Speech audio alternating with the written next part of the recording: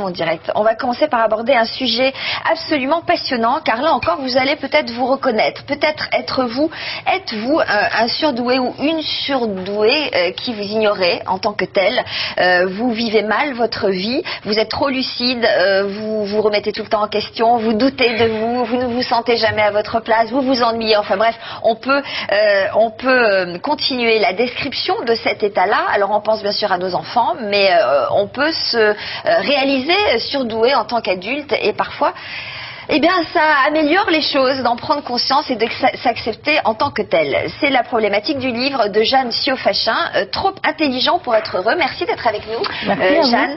C'est publié chez Odile Jacob, et vous dites, eh bien, quand on est surdoué, on n'est pas forcément heureux. C'est franchement difficile à croire, car on se dit, tout est beaucoup plus simple quand on est hyper intelligent, qu'on réussit bien à l'école. Ça va pas forcément de pair. Ça va pas forcément ensemble. Hein. C'est une hyper intelligence qui donne effectivement, comme vous l'avez très bien dit, une très grande lucidité et un regard très acéré sur le monde, et qui est toujours associée à une immense sensibilité qui complique considérablement la façon d'être au monde. Donc effectivement, il y a une confusion entre être surdoué et une réussite exemplaire. Or, être surdoué, c'est une façon d'être intelligent, c'est une façon qualitativement différent d'être intelligent, et du même coup c'est souvent un décalage par rapport à l'environnement qui demande un vrai effort pour s'adapter. D'ailleurs, la vraie personne intelligente ne réalise pas forcément qu'elle l'est. Non, parce que c'est un des effets d'intelligence. Un des grands effets de l'intelligence, c'est de douter de son intelligence.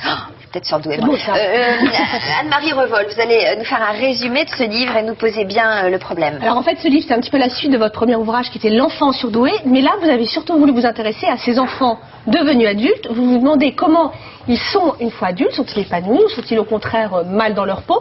Et puis vous vous intéressez aussi beaucoup aux adultes surdoués qui ne savent pas qu'ils sont surdoués. Et ça, c'est extrêmement fréquent malheureusement, et du coup ça engendre des dépressions. Comme par exemple, et c'est pour illustrer votre ouvrage que j'étais là rencontrer, le cas de Patricia Musta. Elle vit dans la région de Marseille, et elle s'est découverte surdouée très tard, puisque c'était alors qu'elle avait une quarantaine d'années. Elle avait elle-même 2 enfants qui étaient très mal dans leur basket, si je peux me permettre.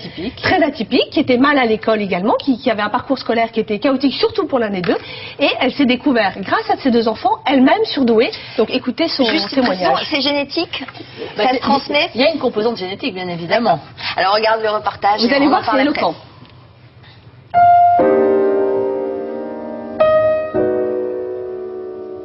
Je me suis toujours sentie un petit peu extraterrestre, on va dire. Hein. Je veux dire, c'est le mot. Petite à l'école, ça marchait très bien, je voyais bien. Quelquefois, j'ai même été accusée de faire mes devoirs par ma sœur.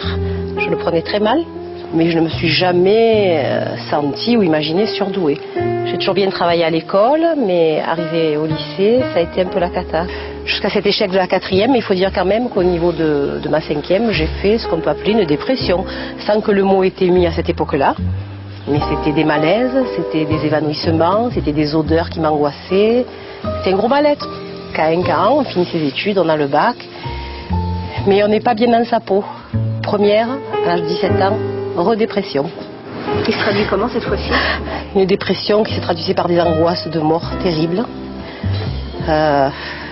Plus envie de vivre, très mal dans sa peau, pas de connexion avec les autres. J'ai traîné de petit boulot en petit boulot, jusqu'à l'âge de 32 ans où je me suis dit, j'ai plus qu'à mourir, quoi. Je vais attendre la retraite et puis mourir, il n'y a plus rien, quoi. Je ne voyais pas d'avenir, je ne voyais rien. Et un jour, je tombe sur une émission de radio sur les surdoués. Je me dis, mon Dieu, mais c'est moi, j'ai l'impression que c'est moi. Mais bon, je ne veux pas y croire. Suite à cette révélation, Patricia trouve l'énergie de passer le concours d'institutrice et en un temps record devient directrice d'établissement. Pendant ce temps, son cadet, Lucas, décroche à l'école. Elle croit reconnaître en lui ses propres démons. Elle décide alors de l'accompagner chez un spécialiste. Du jour où j'ai été consultée pour le mal-être de mon plus jeune fils, tout s'est enchaîné. J'ai moi-même passé des tests, j'ai été qualifiée de surdouée, et suite à ça, j'ai mon fils aîné qui lui-même a voulu faire cette démarche et s'est découvert lui aussi surdoué. Ça a été un soulagement immense. Depuis le jour où on a mis un mot sur tous mes malaises, sur tout ce que j'ai passé, sur mon manque de confiance en moi, ça a été un bouleversement dans ma vie. Il a fallu faire un travail, parce qu'il a fallu mettre beaucoup de pansements sur beaucoup de plaies. Ça, c'est le psychologue qui m'y a aidé. Ça m'a permis au fil du temps de m'accepter comme je suis, de me découvrir de le faire découvrir aux autres, ça a apaisé beaucoup de choses et ça m'a permis de rentrer dans ma peau, en fait. J'ai 48 ans, ça semble bizarre, mais l'impression ça y est, d'être moi, puis de l'assumer, quoi. Ça m'a rendu le sourire intérieur, je vais dire. L'extérieur, je l'avais, je l'ai toujours eu, mais le sourire intérieur, ouais. Alors, ce qui est magnifique, c'est que cette personne, apparemment, a réussi à concrétiser, à partir du moment où le diagnostic a été posé, elle a réussi à faire quelque chose de sa vie qui lui convient, ou elle doute toujours autant, ou elle se remet toujours autant en question. Non, de toute façon, le doute, cette espèce de doute insidieux est quand même quelque chose de très permanent quand on a ce fonctionnement qui est très atypique, effectivement, ce fonctionnement très singulier d'intelligence. Mais en même temps, de savoir qu'on est surdoué, ce qui est important, c'est que ça met du sens. C'est-à-dire que tout d'un coup, on peut revisiter son histoire, on peut revisiter son passé, en ayant un autre regard, en ayant un autre éclairage, ce qui permet finalement de se réconcilier avec soi-même et de se sentir plus confortable avec ce que l'on est et plus confortable sur le chemin qu'on va prendre. C'est ça l'idée. C'est pas un diagnostic pour un diagnostic, c'est juste être plus confortable avec soi. Et ça beaucoup mieux une fois qu'on sait qu'on est surdoué. On se pose de nouvelles questions en même temps. Hein. C'est-à-dire que ça c'est aussi de la colère, parce que finalement c'est de la colère contre des tas de choses qui se sont passées dans la vie avant et qu'on n'avait pas compris. Ouais.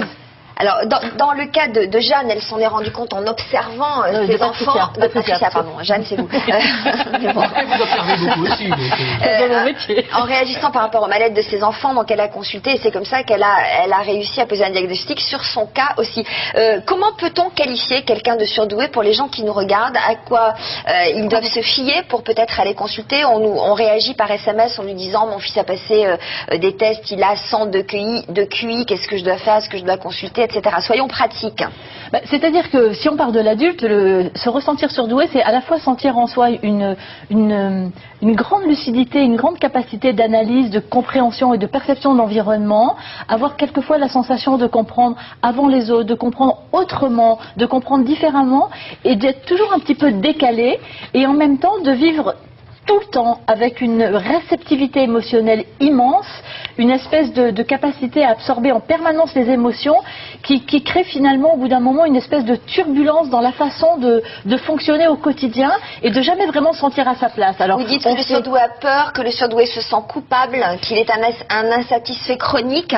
Oui, parce que c'est la lucidité qui fait ça. C'est-à-dire que la lucidité fait que vous voyez des choses autour de vous que les autres ne voient pas forcément. C'est aussi une forme de clairvoyance.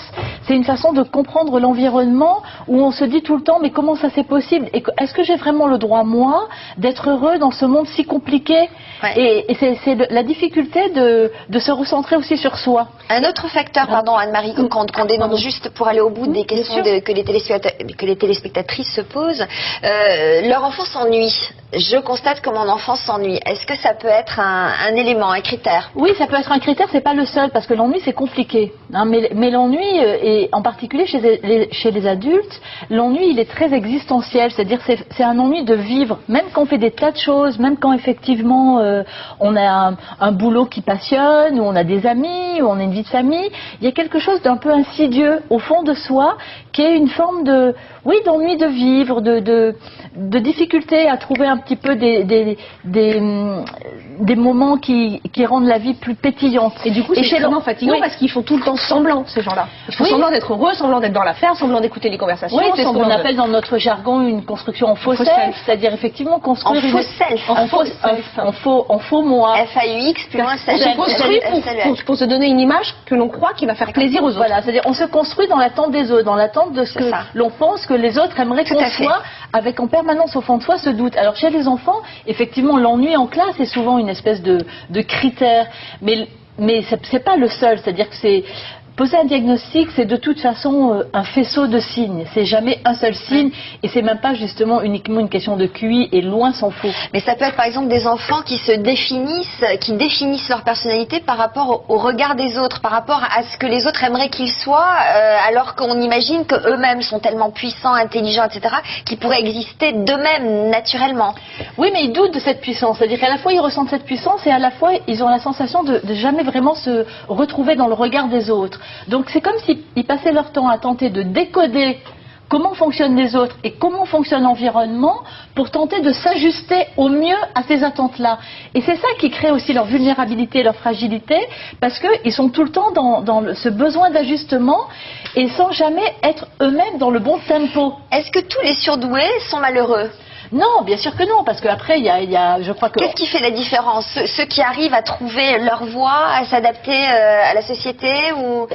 La grosse différence, c'est l'estime de soi, c'est d'avoir pu grandir en ayant une image de soi positive et en ayant eu la possibilité finalement de pouvoir exprimer et les aspects intellectuels de sa personnalité et les aspects émotionnels et sensibles qui donnent quand même à la fois une très grande force de pensée et une très grande créativité. Et la créativité, c'est pas juste faire de la poterie. La créativité, c'est générer des idées nouvelles, c'est avoir une possibilité de penser dans plein d'axes et de chemins différents. C'est ça la créativité, c'est de s'amuser avec la vie finalement. Ouais.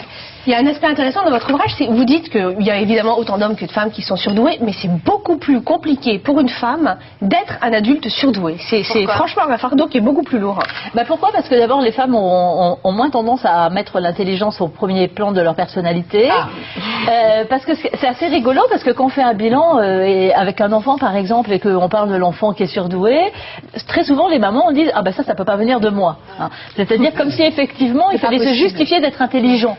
Et puis aussi les mamans surdouées, elles ont une façon de fonctionner avec leur enfant qui est très synchro, c'est-à-dire qu'elles ressentent leur enfant. Donc pour elles, leur enfant est normal, puisque elles aussi fonctionnent de la même façon. Donc elles perçoivent pas le décalage.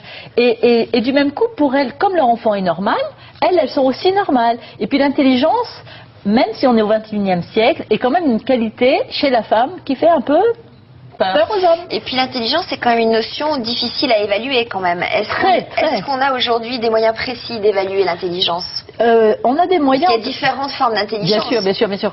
On a des moyens en tout cas d'explorer ce que l'intelligence va pouvoir exprimer, c'est-à-dire de bien comprendre les formes et les mécanismes qui sous-tendent l'intelligence. Comme vous dites, l'intelligence est complexe, ça se mesure pas, mais ça s'évalue, ce qui n'est pas tout à fait la même chose. Alors il y a des témoignages assez bouleversants. Jeanne, Marilène par exemple, qui nous dit: je me reconnais dans tout ce que vous dites, c'est un choc. Je suis déconnectée de mon entourage, c'est terrible. Quel genre de personne dois-je aller voir précisément pour enfin me sentir mieux? Jeanne.